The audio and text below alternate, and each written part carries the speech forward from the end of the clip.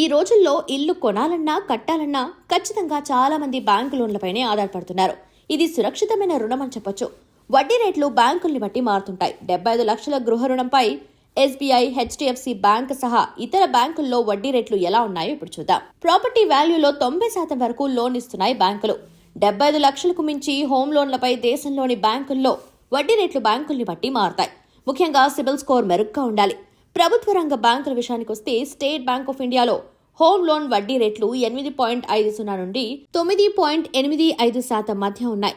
Bank of బరోడాలో 8.40% నుంచి 10.90% మధ్య ఉంది. యూనియన్ బ్యాంక్ ఆఫ్ ఇండియాలో ఇంకాస్త తక్కువే, 8.35% నుంచి 10.90% వరకు ఉంది.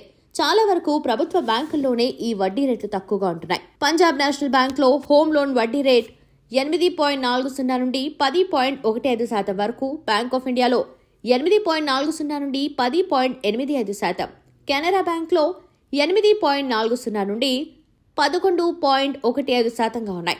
యూకో బ్యాంక్లో గృహ రుణ వడ్డీ రేట్లు 8.45 నుండి 10.30% ఉన్నాయి.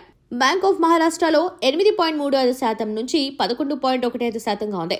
దీంట్లో తక్కువ వడ్డీ రేటుతో హోమ్ లోన్లు ప్రారంభమవుతున్నాయి. Punjab and Sindh bank, Indian overseas bank, central bank of ఇండియాలో వరుసగా 8.50%, 8.40%, 8.45% వడ్డీ రేట్లతో ప్రారంభమవుతున్నాయి. ఇక ప్రైవేట్ సెక్టర్ బ్యాంకుల్లో కోటాక్ మహీంద్రా బ్యాంక్లో 8.70% నుంచి మొదలవుతుండగా ఐసిఐసిఐ బ్యాంక్లో 8.75% నుంచి ప్రారంభమవుతుంది. యాక్సిస్ బ్యాంక్లో 8.75% నుండి 9.65% వరకు ఉంది. ఫెడరల్ బ్యాంక్లో 8.80% నుండి వడ్డీ రేట్లు ప్రారంభమవుతున్నాయి.